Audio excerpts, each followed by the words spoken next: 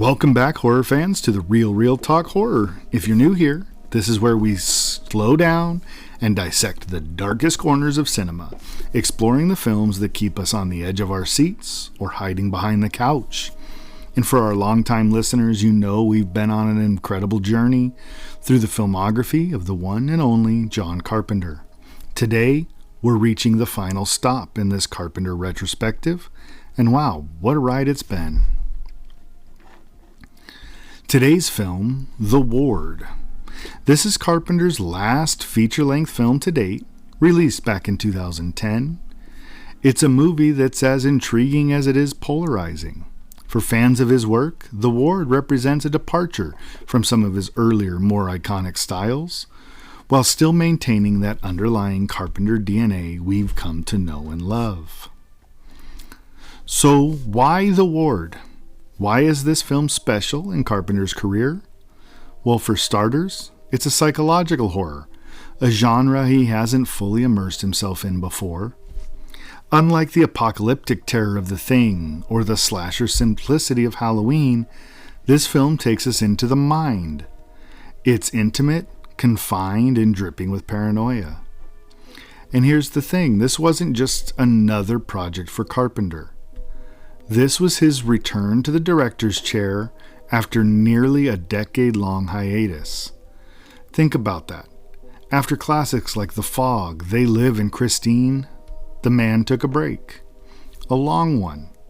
And when he came back, it wasn't with a bang. It was with something quieter, something more psychological. That alone makes The Ward worth talking about. Now, let's set the stage for today's episode. Carpenter is a name synonymous with horror, right? His work redefined an entire genre.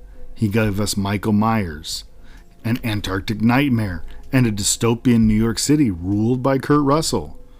But where does The Ward fit in all of this? How does it stand against those legendary titles? And more importantly, what does it tell us about Carpenter as an artist and storyteller? That's what we're unpacking today. So buckle up, horror fans. Whether you're here to reminisce about Carpenter's work or you're discovering The Ward for the first time, we've got plenty to discuss. Let's dive into the eerie halls of The Ward and see what secrets they hold.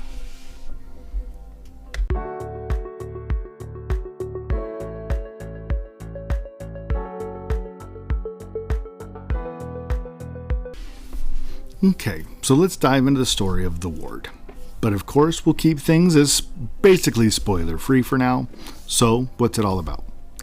The film centers around a young woman named Kristen, played by Amber Heard, who finds herself in a psychiatric hospital after a violent, traumatic event. We are introduced to Kristen as she's brought into the ward, confused, frightened, and unsure of what's going on. But the real question becomes, is Kristen as innocent as she seems, or is there something darker at play beneath the surface? As Kristen comes to terms with her new surroundings, she meets a group of young women who have their own troubled pasts and personal demons. There's the quiet, introverted Emily, the hostile Sarah, the kind but secretive Zoe, and the bold, tough-as-nails Kristen herself. Each of them carries their own baggage, and you can tell from the very beginning that none of these women are entirely what they seem. But things aren't as simple as just adjusting to life in the institution. The real horror comes when Kristen begins to realize that something sinister, something otherworldly is haunting the halls of the psychiatric hospital. One by one, the women start disappearing, each death more gruesome and terrifying than the last. Is there an unseen force stalking them? Or is the real threat something far more psychological? That's the question the film builds towards as the paranoia mounts and the trust erodes among the group.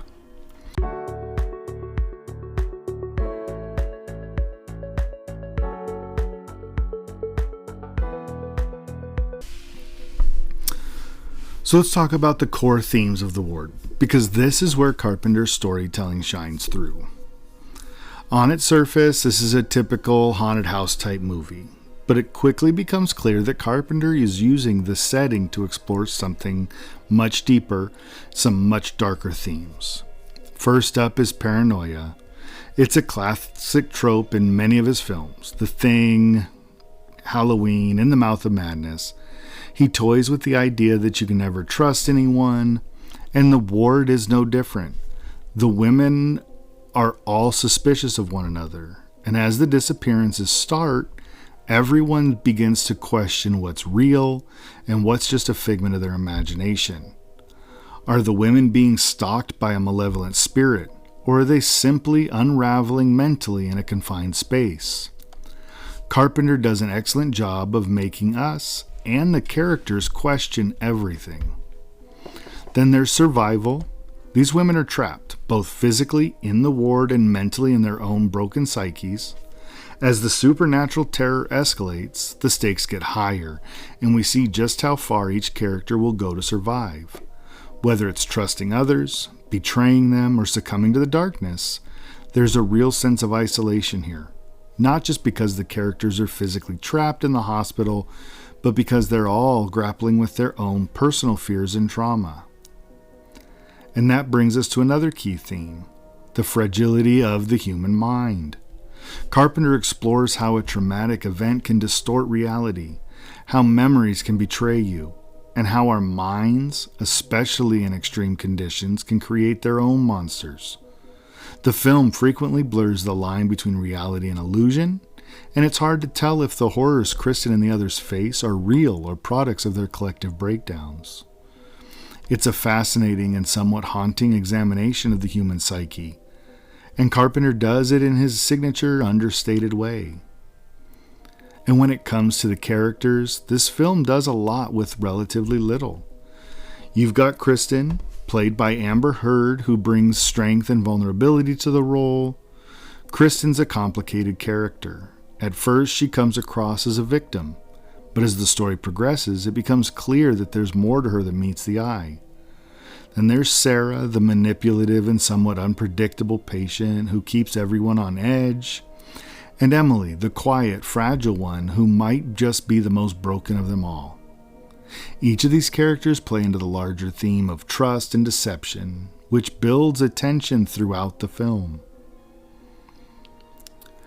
Now, the most notable character in the story, of course, is the ward itself. It's not just a setting, but a character. Dark, claustrophobic, and filled with secrets. The way Carpenter uses the space is fantastic. It's like another force altogether, adding to the mounting sense of dread and confusion. It's impossible to escape the ward, much like the characters who are trapped within it, creating an ever-growing sense of entrapment. You feel their anxiety and fear as the walls seem to close in around them. And through it all, Carpenter plays with the expectations we have about horror. There are moments of traditional scares, but what really gets under your skin is the psychological tension, the uncertainty about what's real and what's not. So The Ward is a film that really leans into Carpenter's mastery of suspense and atmosphere. It's not about cheap jump scares, it's about creating an unsettling environment where everything feels just slightly off. And the themes of isolation, paranoia, and the fragility of mind are all front and center, and they mesh beautifully with the tension and dread that Carpenter is so famous for. It's a slow burn to be sure, but it's one that lingers. So what makes the film special? Is it a return to form for Carpenter, or is it something else entirely? Well, we'll get into that in a bit, but for now, let's just say The Ward is a fascinating, if uneven, piece of Carpenter's filmography, a film that both fits and doesn't quite with his other works, but more on that soon.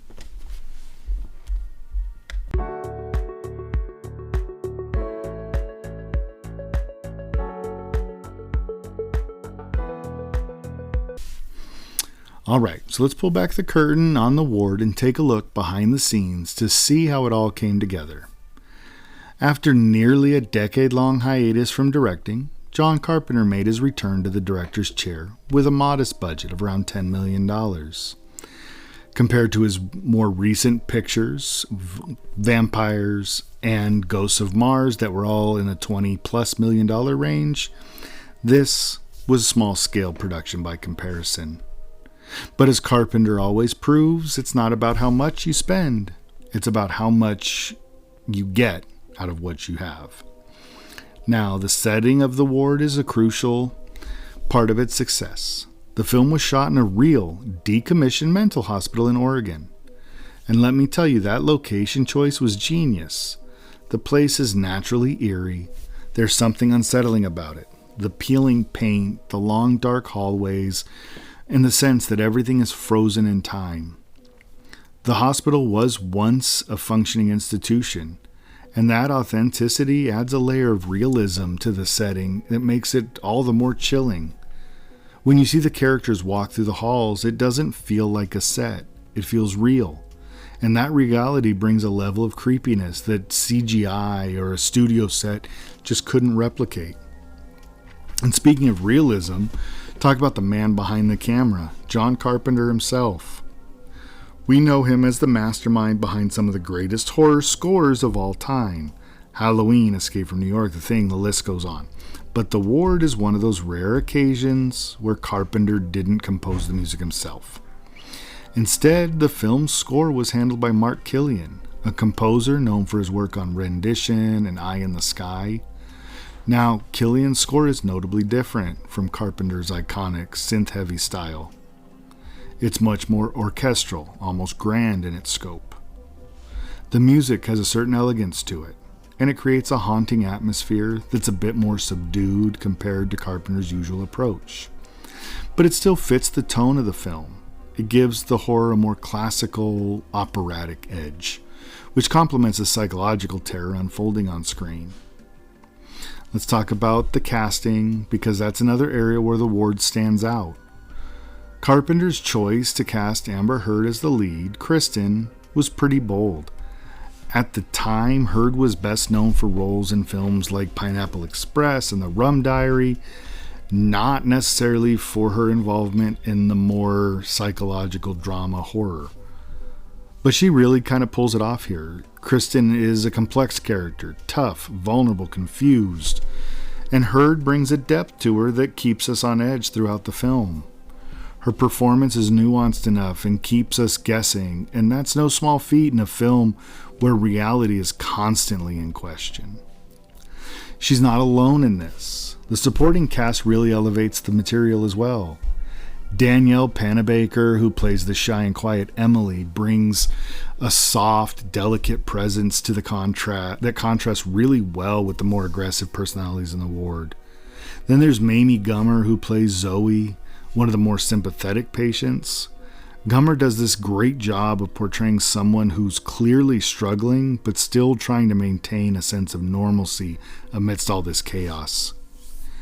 Each of the supporting actresses brings something unique to the film, and together they form a well-rounded ensemble that adds to the film's central mystery.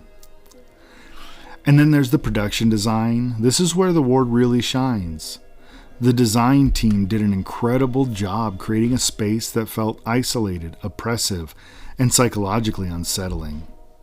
From the stark white walls to the faded green tiles, every corner of the hospital feels designed to make you uneasy. It's like the building itself is a character, always watching, always lurking, and the set designs and costumes are simple and effective. They really help sell the idea that these women are trapped in a place that's not just physically confining, but mentally draining. Every detail, from the flickering lights to the sterile hallways, adds to that overall tension. And here's something that a lot of people don't realize. Well, I think they do now, but at the time, John Carpenter is a real multitasker. This time he didn't just direct the film, he was heavily involved in the creative process behind the scenes, shaping the story and the atmosphere. In fact, it's said that Carpenter took a hands-on approach in nearly every aspect of this film's production, from supervising the set design to offering advice on the performances. He may not have scored the film, but his presence is felt throughout. In a way, the story unfolds, and in the way that it's pacing is all quintessential Carpenter. So he put his hand in a little more than normal, even if he took something off of his normal plate. But here's the thing, The Ward was also a bit of a departure for Carpenter. It was his first film in nearly 10 years. Remember, Ghosts of Mars was in 2001. And this is a more restrained, more psychological horror compared to the big, action-packed epics he'd become known for. Some of that had to do with budget limitations, of course, but it also had to do with where Carpenter was in his career at the time. He was coming back after years of largely stepping away from directing, and The Ward represents a kind of comeback, albeit a more modest one.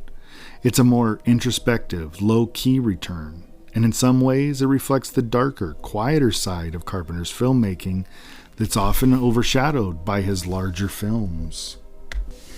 Now, in the meantime, between these two films, he did do the amazing Masters of Horror series, which was wonderful, and his 2 episodes are great.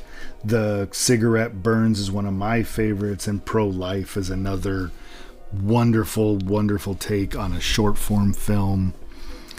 But now it's worth noting, though, that The Ward was also the last time we saw Carpenter take full control on a film.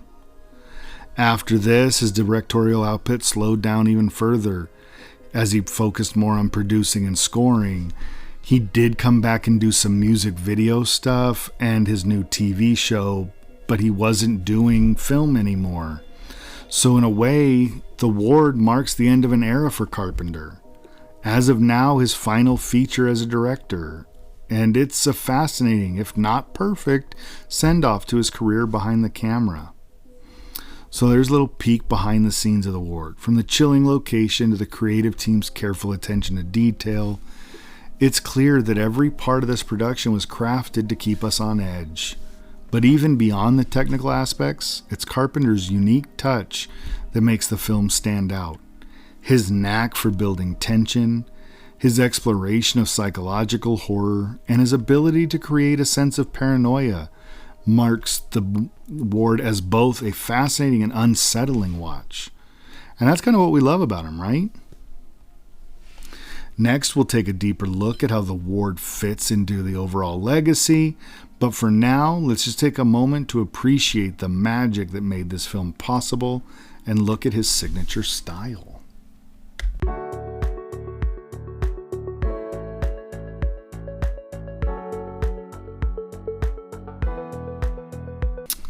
So what makes The Ward feel like a John Carpenter film, even though, at first glance, it doesn't seem like his typical work? Carpenter's style is so ingrained in horror cinema that we can usually spot his fingerprints on any project he's involved in. The Ward doesn't scream Carpenter the way The Thing or They Live and Big Trouble in Little China do. But if you look closely, there are plenty of the signature touches that have made him one of the masters of the genre. One of the most obvious elements of Carpenter's style in The Ward is his use of confined spaces. And I don't mean just the hospital ward itself, though that is a key setting for the film. I'm talking about the overall theme of isolation. If you think about it, The Thing, Carpenter trapped his characters in a remote Antarctic research station with no escape from the terror surrounding them. In The Ward, he does something similar by trapping his characters in an old mental institution where there's a feeling of being physically and mentally trapped. The confined space of The Ward with its narrow hallways, locked doors, all create a psychological prison that mirrors the mental struggle of the patients inside. It's an eerie, claustrophobic atmosphere that leaves you feeling like you're suffocating alongside the characters. Now, when it comes to suspense, Carpenter is a master at building tension. That slow burn, escalating sense of dread that we saw in films like Halloween or The Thing is still here in The Ward, but it's more restrained now. It doesn't reach the same level of terror, but you can still feel that Carpenter touch in the way the film moves. He doesn't rush things. There's a lot of quiet moments. Those tense silences where you can almost hear the character's thoughts. And then, when it's time to strike, it hits you unexpectedly. Carpenter has a way of making us feel like we're watching for something to happen, And while The Ward doesn't always land those scares as effectively as some of his other work, the tension is there, and it's simmering just outside of our sight. Now, The Ward doesn't have the trademark synthesizer score, but the soundtrack still does its job in building tension. Mark Killian does that more orchestral and sweeping sounds compared to Carpenter. It's different. Now, it's haunting in its own right. But let's be real, there's something about the relentless pulse of Carpenter's synthesizers that's deeply tied to the feeling of unease when we get in his best work. It's that constant hum that gets under your skin. So even though Killian does a fine job, you can't help but miss those iconic synths that have become synonymous with Carpenter's horror. But even without his usual score, Carpenter's mastery of pacing and his ability to stage suspenseful scenes are still front and center. One of the things that stands out here is how well Carpenter knows how to let a scene breathe. Like I said, it's not all about jump scares here, though there are some. It's more about building up a certain unease. In the film's climax, when everything starts to unravel, Carpenter is in full control of the pacing. He knows exactly when to speed things up and when to slow them down, creating those moments when you're just waiting for the next twist or turn. And of course, just when you think you've got it figured out, he throws a wrench in the works with a reveal that'll leave you questioning what you just saw. Visually, Carpenter's love for shadows and deliberate framing is great here in The Ward. He's always been a director who knows how to use light and shadow to build tension, and that's no different here. The way he uses dim lighting to obscure just enough of the characters and their surroundings enhances the film's sense of psychological unease. There's a constant feeling that something is lurking in the dark, just beyond our reach. Carpenter, the master of visual storytelling, and in The Ward, he's still able to create a mood that's unsettling, even if the scares themselves aren't as groundbreaking as some of his earlier films. The use of reflective surfaces like mirrors and windows is especially effective. You can almost feel the characters' paranoia growing as they catch glimpses of things in the reflection. Things that may or may not be real. It's a visual cue that plays with our sense of reality, something Carpenter has always excelled at. And even when you think you figured out what's going on, those reflections still keep you on edge. Carpenter's framing also plays a huge role in the film's tension.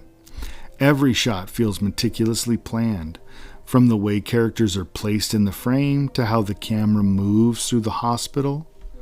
Carpenter is one of those directors who knows that less is often more. He doesn't need to rely on flashy camera work to create tension. Instead, he lets the quiet moments linger. Shots where nothing seems to happen, but the silence is deafening. It's in these moments that we feel the weight of the horror at the most.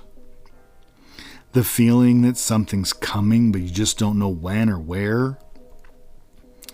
And looking at The Ward in the context of Carpenter's body of work, it's clear that he hasn't lost his touch when it comes to atmosphere. Now, it doesn't have the same punch as his earlier work, but you can still see the influence of those classics in the way the story unfolds. The tension, the isolation, and the psychological terror, it's all there. The Ward may be quieter, more restrained, but it still carries the essence of what makes his work so memorable. The Ward may not carry the same immediate recognition as Halloween or The Thing. It still feels like a part of Carpenter's legacy. It's the work of a director who's confident in his ability to evoke fear through atmosphere, pacing, and character development. Even though it's more subtle, the film still carries the hallmarks of his signature style. And for fans of Carpenter, that's something worth appreciating. Because even in his later years, he's still got it. So now, let's jump in and take a look at the impact and legacy behind this film.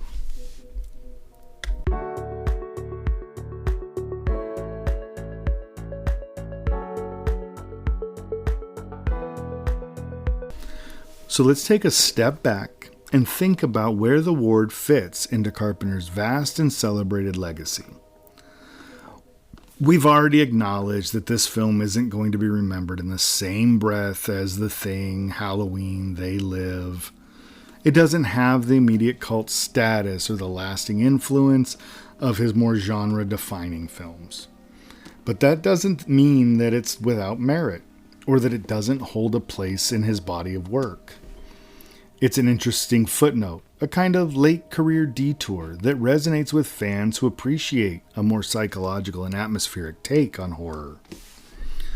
When we talk about Carpenter's impact on the horror genre, The Ward is a reminder of how far-reaching his influence has been.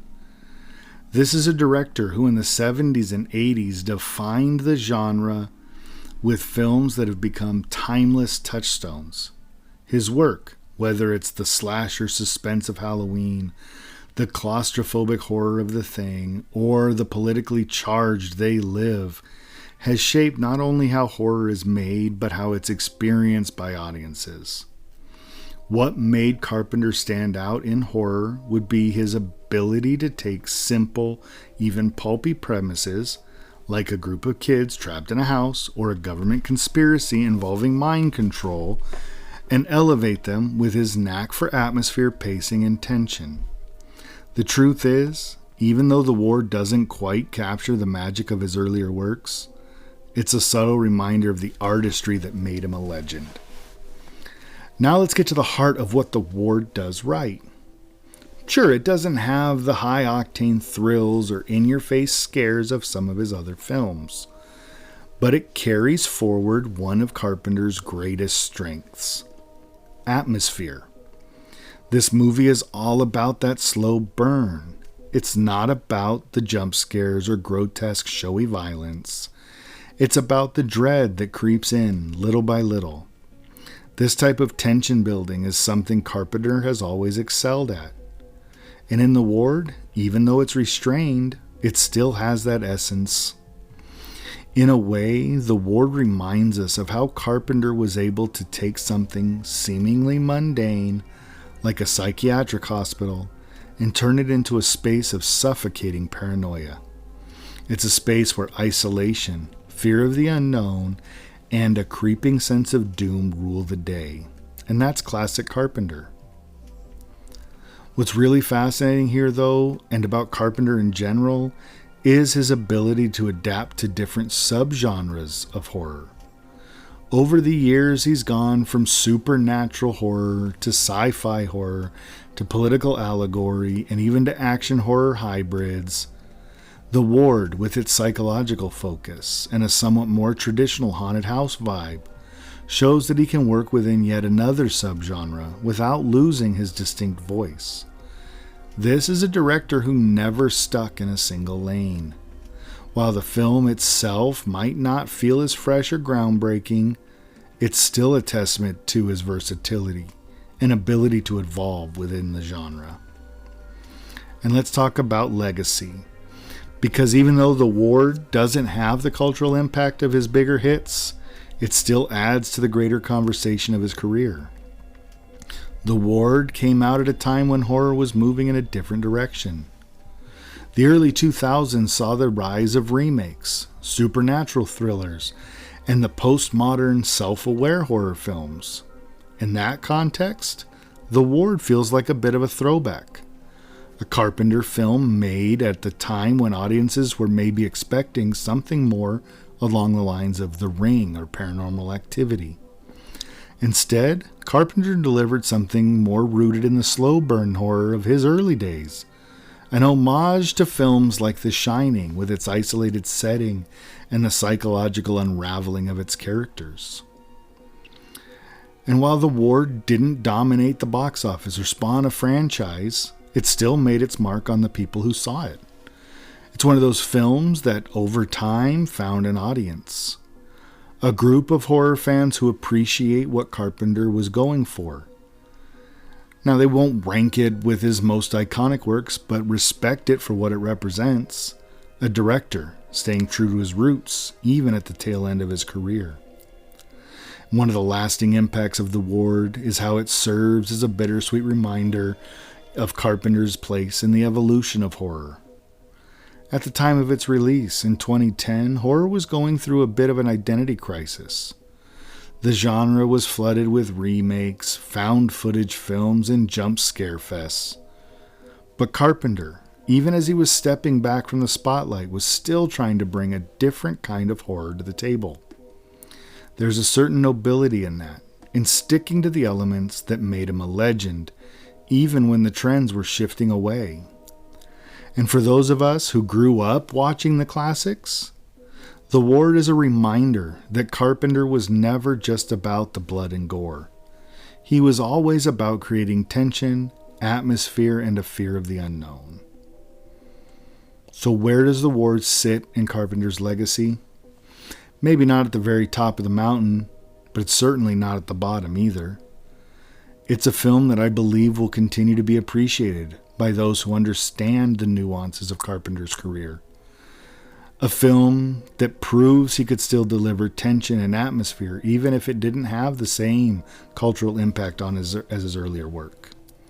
And for that, it deserves its place in the Carpenter pantheon as a fitting and maybe even underrated chapter in his storied career. At the end of the day, The Ward is a perfect encapsulation of Carpenter's legacy in the horror genre. An auteur who could take the simplest premise and turn it into something chilling.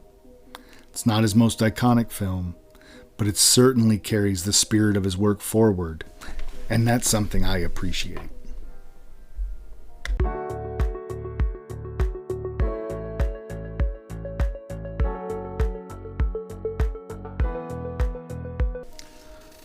When The Ward was first released, the reaction was, well, let's just say it wasn't exactly the grand return fans had hoped for John Carpenter.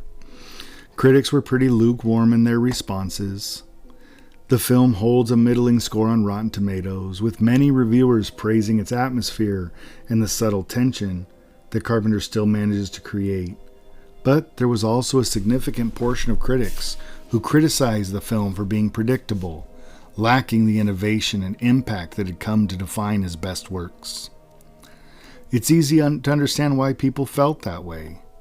The Ward doesn't have the same in-your-face horror or mind-blowing twist that made The Thing or Halloween classics. The psychological thriller angle is there, sure, but the scares are more conventional, and the narrative, in hindsight, is a bit on the nose. It's not a film that's going to shake you to your core, like some of his earlier masterpieces. Instead, it feels like a more subdued version of the things we've seen him do before, but less raw and less visceral. However, as time's passed, there's been a bit of a reevaluation. Mostly from fans who initially disappointed in the film have started to come around, especially those who appreciate the slower, more atmospheric form of horror. A number of people have started to view The Ward as an underrated gem, particularly for those who appreciate psychological horror. The tension, while not as intense as his earlier works, is still there, and there's a creeping sense of dread that Carpenter masterfully builds throughout the film. It's not an obvious pick when you think of his best work, but for some fans it's a rewarding rewatch, especially when you consider it in the context of Carpenter's larger body of work. Does The Ward hold up today? Well, that's where things get a bit tricky. If you're a hardcore Carpenter purist, someone who holds Halloween or The Thing in near sacred esteem, you're going to find The Ward lacking in comparison. It doesn't have the same sharp edge, and the slower pacing might feel like a letdown after the adrenaline rushes of his earlier films. But if you're newer to Carpenter's work, or you haven't experienced the breadth of his career, The Ward can serve as a decent entry point into the exploration of fear and isolation. Think about it. When you're starting to explore the work of a director like Carpenter, The Ward offers a bit of everything that made him famous. The psychological tension, the strong sense of atmosphere, the claustrophobic setting are all there. It's not groundbreaking as his best films, but it carries the fingerprints of a master filmmaker. So if you're looking for a bit of that Carpenter magic, this film can still hit the mark. Over time, it won't gain the same kind of cult status or critical acclaim that we saw with The Thing or They Live. But what's interesting is that it does have its champions, those who appreciate it for what it is rather than what it's not. It's a Carpenter film that offers something different. It's less about the big, less about the shocking moments, and more about the slow building unease. And in today's horror landscape, where psychological terror and atmosphere are coming back into style, well, again, like many of his works, it's just a little ahead of its time. So what can we take away from the film's reception? It's the perfect example of how a film can be divisive upon release, but gain appreciation over time, particularly when viewed through a different lens. The Ward is not a perfect Carpenter film, but it holds a unique place in his career and in the broader landscape of psychological horror. If you're willing to give it a second chance, or even a first chance, it might surprise you. This is a film that just asks for a little patience. It's not going to deliver instant thrills, but it may reward you with something more subtle, something that'll grow with you more you think about it. And sometimes that's all we really need from horror film.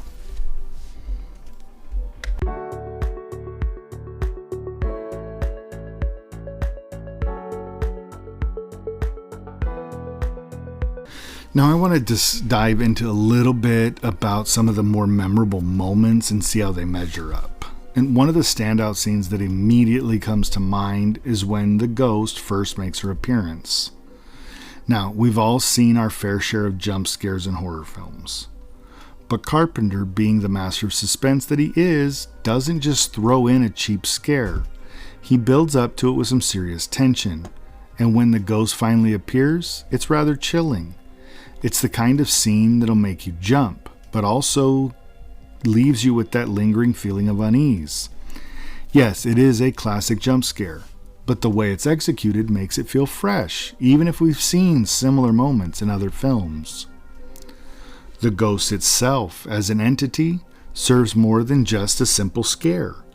It embodies the film's theme of the unknown, the idea that we're never truly sure what's real or what's part of Kristen's unraveling mind.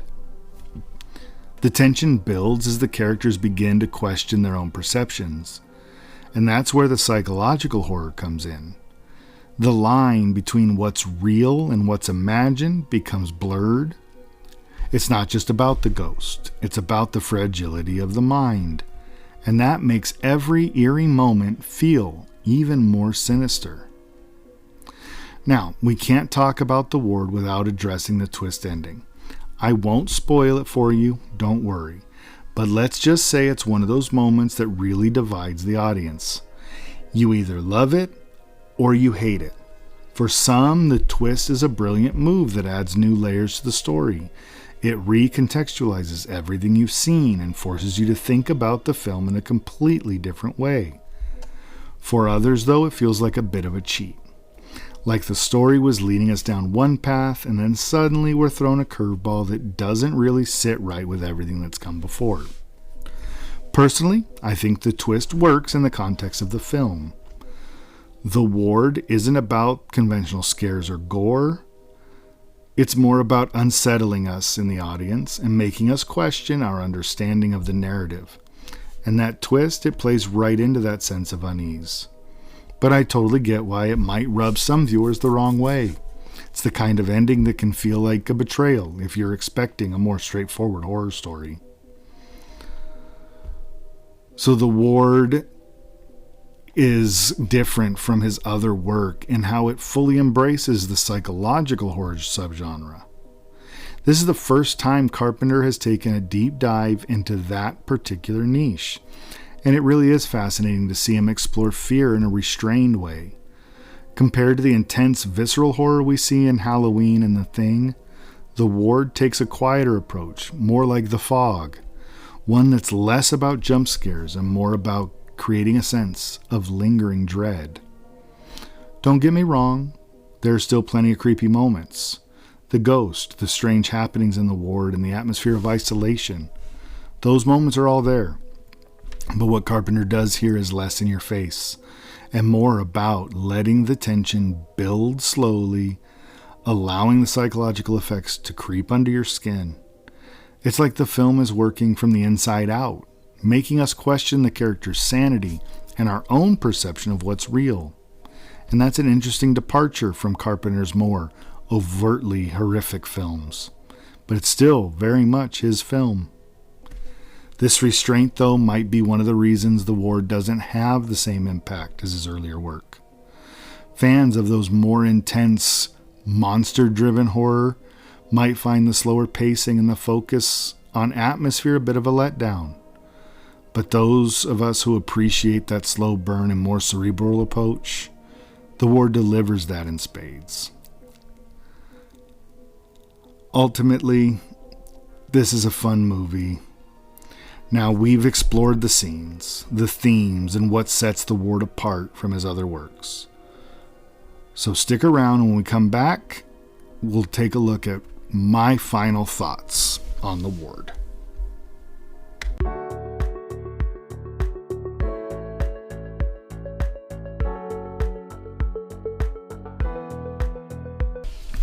So where does that leave us?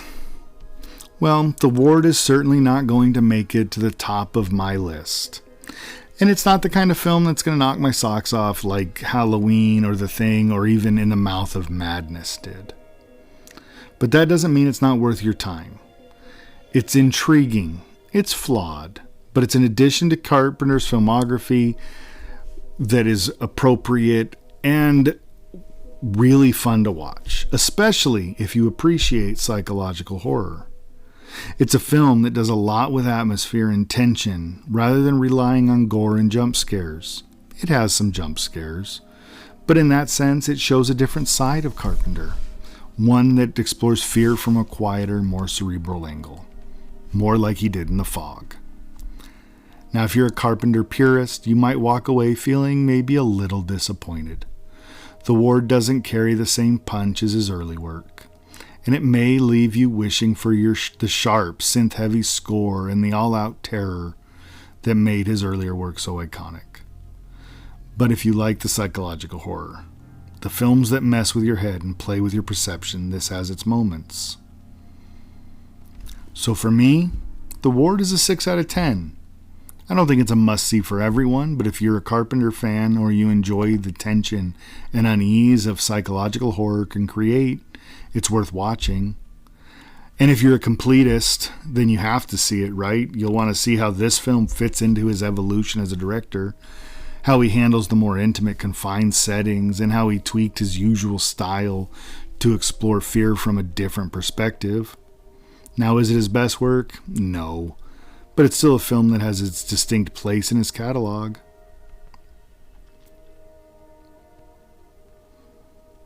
So where do we go from here? Well, next time, we're going to take a bit of a detour into the wild, chaotic world of Rob Zombie's feature films. I mean, if you thought Carpenter's world was full of tension, wait until you see the kind of horror Zombie brings to the screen. But we're going to take a short break, maybe a week. We might be back next week with an introduction to Rob Zombie. But before we wrap up, if you enjoyed today's episode, we'd really appreciate it if you could rate, review, and rate us wherever you listen to podcasts. It helps us out more than you know. And don't forget to follow us on Instagram and Threads at Real Talk. I love hearing your thoughts on films or any other films we've covered or what you'd like us to cover. If you've got any hidden gems or hot takes, let us know. I'm always up for a good discussion. And thanks again for tuning in. Until next time, stay creepy, my friends, and we'll be back before you know it.